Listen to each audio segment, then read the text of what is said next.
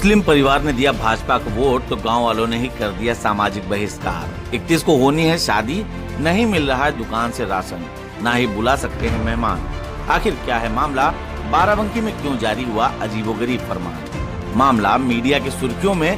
अब इस मामले में बाराबंकी पुलिस ने भी मारी एंट्री, खोल कर रख दिया मामले से जुड़ा पूरा राज।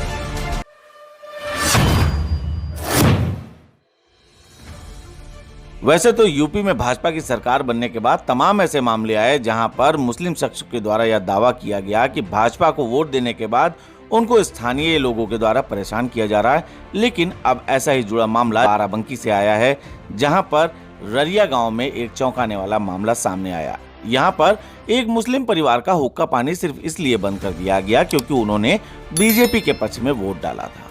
हालात इतने खराब हैं कि अब परिवार का कोई भी सदस्य मस्जिद में नमाज भी नहीं पढ़ सकता। साथ ही परिवार में लड़के की शादी है और शादी में शामिल होने वालों पर कथित तौर पर 20,000 का जुर्माना भी लगाए जाने की बात निकलकर सामने आ रही है।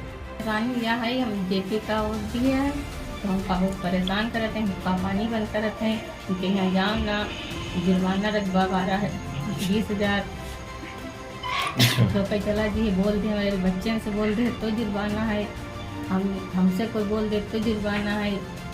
यही नहीं, मुस्लिम परिवार का आरोप है कि ये सब ग्राम प्रधान और कुछ अन्य गांव के लोगों के चलते हो रहा है। ये फरमान भी उन लोगों ने ही निकाला है। हमारे पास परेशानी आ रही है कि हमारे लड़के की शादी है और 30 तारीख को बारात जाएगी। हमने जिन लोगों को निमंत्रण दिया गांव में अपने, उन लोगों को अली असगर और खलील अहमद, इसरार अहमद और मुबारक अली, इन लोगों ने गांव वालों को टाइट किया कि जो मकान आरिफ ने लिया है वो मकान मदरसे में दे दें तो हम सब लोग इनके यहाँ खाना खाएंगे। और हमने खुल करके बीजेपी को वोट दिया। ये लोग कह रहे हैं कि इनको गांव से निकाल दो। वहीं पीड़ित परिवार ने आरोप लगाया कि गांव में मौजूद दुकान से सामान लेने पर भी रोक लगा दी गई है। उन्होंने बताया कि अब बेटे की शादी 31 तारीख को है, लेकिन ग्राम प्रधान ने सभी को शादी में शामिल न होने, टेंट न लगाने का फरमान सुना दिया है। यदि कोई ऐसा करता है तो उस पर जुर्माना लगाया जाएगा। प्रचार भी किया था, अभी विधानसभा का चुनाव हुआ था और हमने उनको वोट भी दी थी और इसीलिए हमारे गांव वालों ने हम लोगों को बाहर कर दिया है। बोल रहे हैं इनके यहाँ, हमारे यहाँ एक छोटी सी दुकान है, उस पर सौदा लेने आने से मना कर दिया है। जो हम लोग के यहाँ आएगा उनको 20,000 रुपये का जुर्माना रखा गया है। हाँ जी हाँ, वो मुसलमान आदमी जो हैं यहाँ के वो बिल्कुल हमसे नाराज़ हैं कि आप बीजेपी को वोट क्यों दिए हो।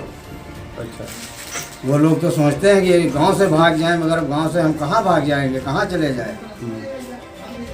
अच्छा, क्या नमाज पढ़ने के लिए भी रोका गया? आपके बच्चा बता रहा था। जी, नमाज पढ़ने के लिए क्या, जब वो वहाँ पर कम से कम 100-200 आदमी इकट्ठा करके मदरसे के नाम से हमें गाँव से निकालने को कह रहे हैं तो मस्जिद के अंदर जाने से क्यों नहीं रोकेंगे? वहाँ पर तो हम अकेले जाएंगे और ये पूरे मुसलमान होंगे जो कि हमें मारने लगेंगे, तो क्या वहाँ कोई हमें बचा लेगा? भाई हम तो जाएंगे नमाज पढ़ने, जो हमारा धर्म है तो वो तो करेंगे ही करेंगे, तो हमें डर तो है ही है। मीडिया की सुर्खियों में आने के बाद इस मामले में बाराबंकी पुलिस एक्टिव हुई, जिसके बाद पुलिस ने बयान जारी करते हुए खुलासा किया तो चौंकाने वाले तथ्य सामने निकल कर आए।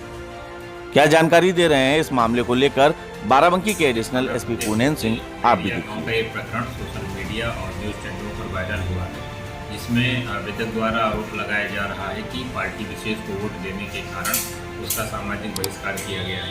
प्रकरण की गंभीरता से जांच की गई तो पाया गया कि आवेदक द्वारा गांव में एक मदरसे की जमीन पर कब्जा करने के लिए विपक्षी गणों पर बम से हमला किया गया था और जिसमें आवेदक जेल भेजा गया था। उसकी इस बदनीयत को देखते हुए गांव वालों ने वर्ष 2006 से इसके साथ संपर्क समाप्त कर दिया था तथा इसको खान पान बंद कर दिया गया था, जो आज तक जारी है। आज कल में इसके घर में किसी तरह का एक वैवाहिक कार्यक्रम है। ये चाहता था कि लोग इसके परिवार में शामिल हों, परंतु लोगों ने पुरानी बात को याद करके शामिल होने से इनकार कर दिया और इसने इस प्रकरण को सनसनीखेज बनाने के लिए राजनीतिक दल का समर्थक होने और उसको वोट देने का बहाना बनाकर अपना बहिष्कार करना बताया है, जो पूरी तरह से गलत है।